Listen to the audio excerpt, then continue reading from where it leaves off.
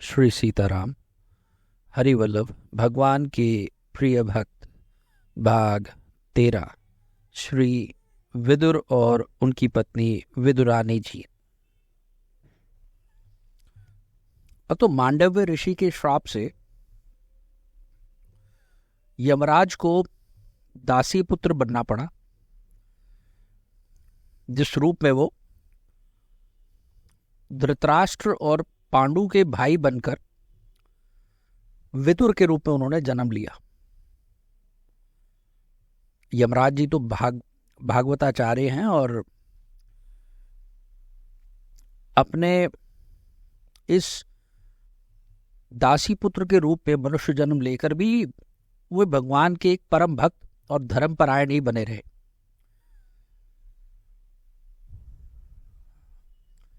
विदुर जी धृतराष्ट्र के मंत्री थे और सदा इसी प्रयत्न में रहते थे कि महाराज धृतराष्ट्र धर्म का पालन करे। ये नीति शास्त्र के एक महान पंडित थे और प्रवर्तक थे। महाभारत के उद्योग पर्व में एक विदुर नीति आई है जो बहुत ही उपादेय और प्रख्यात है। जब कभी पुत्र के स्नेहवश धृतराष्ट्र पांडवों को कलेश देते थे या उनके अहित की योजना बनाते थे या सोचते थे, तब विदुर जी उन्हें समझाने का प्रयत्न करते हैं। स्पष्टवादी और न्याय का समर्थक होने की वजह से धृतराष्ट्र इनको बहुत मानते थे और दुर्योधन इनसे बहुत जलता था। धर्मरत पांडु के पुत्रों से ये स्नेह करते थे। जब दुरात्मा दुर्योधन ने लाक्षा भवन में पांडवों को जलाने का षड्यंत्र किया, तब विदुर जी ने उन्हें बचाने के लिए एक गुह्य भाषा में संदेश भेजकर युधिष्ठिर को पहले ही सावधान कर दिया और भयंकर लाक्षागृह से बच निकलने की युक्ति भी उनको बता दी। सज्जनों को हमेशा न्याय और धर्म ही अच्छा लगता है। अन्याय और अधर्म का विरोध करना उनका स्वभाव होता है और इसकी वजह से उनको अनेक बार दुर्जनों से तिरस्कृत होना पड़ता है, पीड़ित भी होना पड़ता है। विदुर जी दुर्योधन के दुष्कर्मों का प्रबल विरोध करते थे। जब कौरवों ने भरी सभा में द्रौपदी को अपमानित किया तो वे रुष्ट होकर सभा भवन से चले गए। पांडवों के वनवास के समय दुर्योधन के भड़काने से धृतराष्ट्र ने विदुर जी को कह दिया कि तुम सदा पांडवों की ही प्रशंसा करते हो, अतः तुम उन्हीं के पास चले जाओ। विदुर जी वन में पांडवों के पास चले गए। उनके चले जाने पर धृतराष्ट्र को उनकी महत्ता का पता लगा। विदुर से रहित होकर अपने को वे असहाय समझने लगे। तब दूतों को भेजकर उन्होंने विदुर जी को वापस बुलवाया। मान और अपमान में समान भाव रखने वाले विदुर जी लौट आए।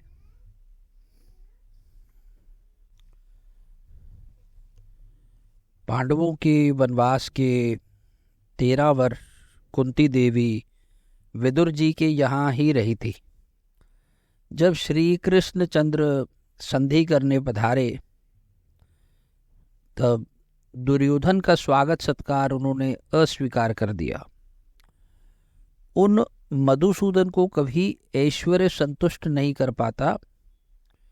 वे तो भक्त के भाव भरे तुलसी दल एवं जल के ही भूखे रहते। श्री कृष्णचंद्र ने धृतराष्ट्र, भीष्म, भूरिश्रवा आदि समस्त लोगों का आतिथ्य अस्वीकार कर दिया और विदुर जी के घर वे बिना ही निमंत्रण के पहुंच गए। अपने सच्चे भक्त का घर तो उनका अपना ही घर है। विदुर जी के शाख को उन त्रिभुवन पति ने नैवेद्य बनाया। विदुरानी के केले के छिलके की कथा प्रसिद्ध है और महाभारत के अनुसार विदुर जी ने विविध व्यंजन आदि से उनका सत्कार किया था। महाराज धृतराष्ट्र को भरी सभा में श्री कृष्णचंद्र के सन्मुख तथा केशव के चले जाने पर अकेले भी विदुर जी ने समझाया कि दुर्योधन पापी है। इसके कारण कुरुकुल का विनाश होता दिखता है, इसे बांधकर आप पांडवों को दे दे। दुर्योधन इससे बहुत बिगड़ा। उसने कठोर वचन कहे। विदुर जी ने युद्ध में किसी का भी पक्ष लेना नहीं चाहा, अतः शस्त्र छोड़कर वे तीर्थाटन को चले गए। अवधूत वेश में वे तीर्थों में घूमते रहे और बिना मांगे जो कुछ मिल जाता वही खा लेते थे। नंगे शरीर कंदमूल खाते हुए वे तीर्थों में लगभग 36 वर्ष तक विचरते रहे। अंत में मथुरा में इन्हें उद्धव जी मिले। उनसे महाभारत के युद्ध, यदुकुल का क्षय और भगवान के स्वधाम गमन का समाचार मिला। उद्धव जी से भगवान ने स्वधाम पधारते समय महर्षि मैत्रेय जी को आदेश दिया था कि वे विदुर जी को उपदेश करें। जब उद्धव जी से ये समाचार विदुर जी ने पाया तो वे मैत्रेय जी से मिलने हरिद्वार चले गए। हरिद्वार में मैत्रेय जी से उन्होंने भगवत उपदिष्ट तत्व ज्ञान को प्राप्त किया और फिर वे हस्तिनापुर आए। हस्तिनापुर विदुर जी केवल और केवल अपने बड़े भाई धृतराष्ट्र के आत्मकल्याण का मार्ग प्रशस्त करने आए थे। उनके उपदेश से धृतराष्ट्र एवं गांधारी का मोह दूर हो गया और वे विरक्त होकर वन को चले गए। विदुर जी तो सदा से ही विरक्त थे। वन में जाकर उन्होंने भगवान में चित्त लगाकर योगियों की भांति शरीर को छोड़ दिया। भक्तमाल के टीकाकार श्री प्रियादास जी महाराज ने विदुर जी और उनकी धर्मपत्नी का चरित्र कुछ कवित्तों में किया है, जिनकी एक दो पंक्तियां मैं कहूंगा कि नहात ही विदुर नारी अंगन पकारी, करी आई गए द्वार कृष्ण बोली के सुनायो है, सुनत ही स्वर सुधी डारी, लय निदरी मानो राख्यो मद भरी, दौरी आन के चितायो है।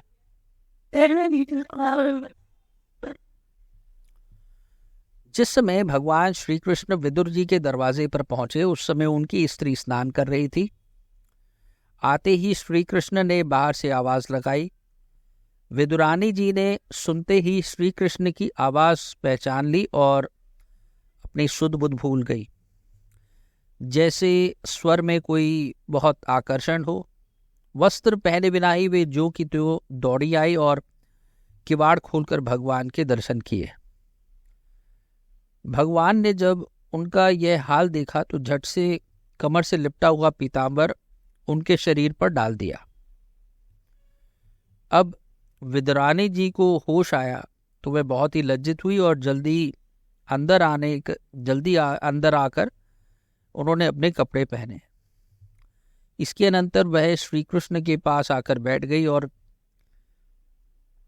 खिलाने के लिए लाए हुए केलों के छिलके छील कर प्रेम में बेसुध होने के कारण गूदे के स्थान पर उन्हें छिलका ही खिलाने लगी। इतने में उनके पतिदेव श्री विदुर जी वहां आ गए। उन्होंने यह दृश्य देखा, अपनी पत्नी पर बहुत ही झल्लाए। विदुरानी को तब अपनी भूल मालूम हुई और उन्हें बहुत ही कष्ट हुआ। बस तो ये प्रेम की अधिकता के कारण ऐसी भूल हो जाती है। और साधारण आपने प्रेम में भी कभी देखा होगा कि कोई अपने प्रेमिका के या प्रेमी के विषय में होता कहीं है और बातें उसी की कर रहा होता है, ध्यान चिंतन उसी का होता है, या उसकी कोई स्मृतियां उसको भुला देती हैं कि वो कहाँ है, किससे क्या कह रही हैं। तो फिर भगवान के प्रति विशुद्ध भक्तों का जब प्रेम, भगवान तो प्रेम के सागर है और उनमें सबसे अधिक आकर्षण भी है, सबसे अधिक सुंदर भी है वे, और उनकी तरफ उनके दर्शन पाकर के प्रेम का आधिक्य हो जाना, ये भगवत कृपा भी है और ये भक्त की अपना एक गुण भी है। तो प्रेम आधिक्य के कारण पत्नी से हुई भूल को विचार कर श्री विदुर जी भगवान को केले के गूदे खिलाने लगे। अब उनके हृदय को शांति मिली, फिर भी बार बार भी यही सोचते रहे कि इस स्त्री ने छिलका खिलाकर भगवान को बहुत ही कष्ट दिया है। इस पर भगवान ने प्रसन्न होकर कहा कि विदुर जी, आपने यह काम ठीक किया कि मुझे केले खिलाए, पर सच बात तो ये है कि इतने पर भी जैसा स्वाद उन छिलकों में मिला था वैसा इस केले के गूदों में कहाँ है। उधर विदुरानी जी अपने मनी मन में कह रही थी कि हाय, इन हाथों को मैं कैसे काट डालूं, जिन्होंने केले का गूदा तो फेंक दिया और छिलका खिला दिया। भक्त तो धन्य है विदुर और विदुरानी, और धन्य है उनकी भक्ति। यहाँ तक कि सूरदास जी ने भी प्रभु द्वारा विदुर जी के यहाँ भोजन करने का प्रधान कारण प्रेम को ही माना है। सूरदास जी लिखते हैं कि सबसो ऊंची प्रेम सगाई, दुर्योधन को मेवा त्यागे, साग विदुर घर खाई। जूठे फल सबरी के खाए, बहुविधि स्वाद बताई। प्रेम के बस नृप सेवा कीन्ही, आप बने हरिनाई। राजसु यज्ञ युधिष्ठिर कीन्हो, तामे जूठ उठाई। प्रेम के बस पारथ रथ हाक्यो, भूली गए ठकुराई। ऐसी प्रीत बढ़ी वृंदावन, गोपिन नाच नचाई। सब सोची प्रेम सगाई, सूरकूर इहि लायक नाही। कहीं लगी करो बढ़ाई, सबसे ऊंची प्रेम सगाई। भक्तों, विदुर और विदुरानी जी के चरणों में वंदन करके मैं अपनी वाणी को विश्राम दूंगा। अगले चरित्र में हम श्री अक्रूर जी की कथा को श्रवण करेंगे। तब तक के लिए जय जय श्री सीताराम, जय जय श्री सीताराम।